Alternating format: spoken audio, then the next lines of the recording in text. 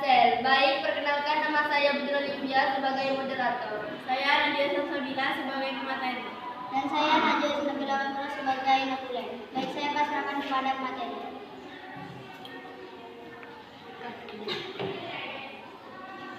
Baik, di sini saya akan menerangkan tentang pengertian dari pembelahan sel.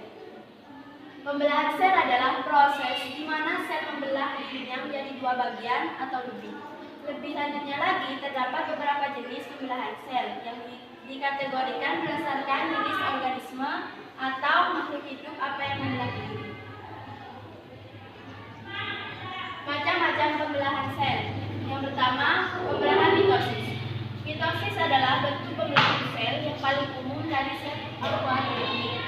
Dalam proses ini, sel mereplikasi bahan genetiknya sebelumnya menggunakan metode programisasian kromosom di wilayah khatulistiwa inti sel, yang kemudian membelah menjadi dua, menghasilkan dua kembar identik. Sisa-sisa sel kemudian mulai menggerakkan dan perlahan-lahan membelah histoplasma sampai membran plasma akhirnya membagi dua sel anak baru menjadi dua. Hasil yang dihasilkan akan identik secara genetik dengan induknya. Mereka berkembang biak melalui proses yang disebut mitosis, yang merupakan bentuk paling umum dari replikasi sel.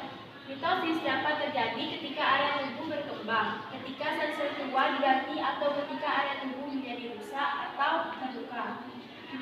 Jadi, mitosis ini terjadi ketika area tubuh kita berkembang, ketika sel-sel tua diganti, atau ketika area tubuh menjadi rusak atau terluka.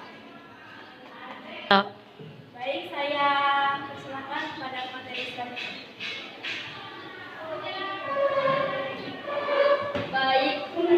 Baik, saya akan membahas fase atau tahapan pembelahan mitosis terbagi menjadi 4 diantaranya. Prafase. Tahap pertama dalam pembelahan mitosis. Pada fase ini terjadi beberapa tahapan dalam sel, yaitu benang-benang kromosom yang ada di dalam inti sel berkondensasi membentuk kromosom. Membran inti pecah diikuti menghilangnya nukleus. Anak inti kromosom mulai terlihat melebar dan memendek.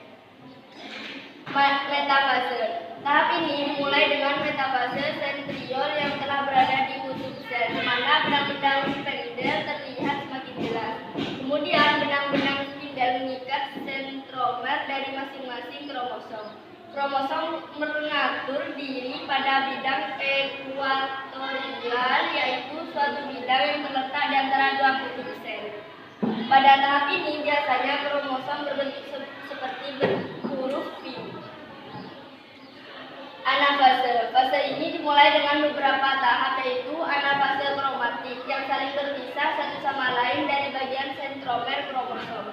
Masing-masing kromatik mengandung sentromer. Benang-benang spindel memendek sehingga masing-masing kromatik tertarik serta bergerak mengarah ke kutub yang berlawanan.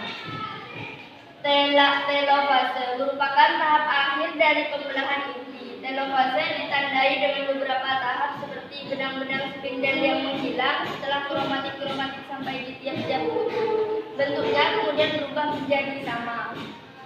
Membran inti mulai terbentuk dan melingkupi kromatik-kromatik pada setiap kutub. Baik, saya pasrahkan kepada materi selanjutnya. Baik, di sini saya akan menjelaskan tentang pembelahan meiosis dan pembelahan mitosis. Pembelahan meiosis adalah proses yang berbeda dari reproduksi sel yang khusus dilakukan oleh organ reproduksi. Hasil meiosis adalah gamet pria maupun sentrol wanita yang merupakan sel-sel yang menghubungkan selama konsepsi. Pada laki-laki, gamet atau sperma mengandung bahan kromosom yang diwariskan kepada keturunannya. Sementara pembelahan mitosis adalah proses pembelahan secara langsung. Disebut juga pembelahan amitosis atau pembelahan binar. Pembelahan binar banyak dilakukan oleh organisme uniseluler seperti bakteri, protozoa, dan mikroalga. Setiap terjadi pembelahan binar, satu sel akan membelah menjadi dua sel yang identik atau sama satu sama lain. Penyebab terjadinya pembelahan sel. Penyebab terjadinya pembelahan sel ini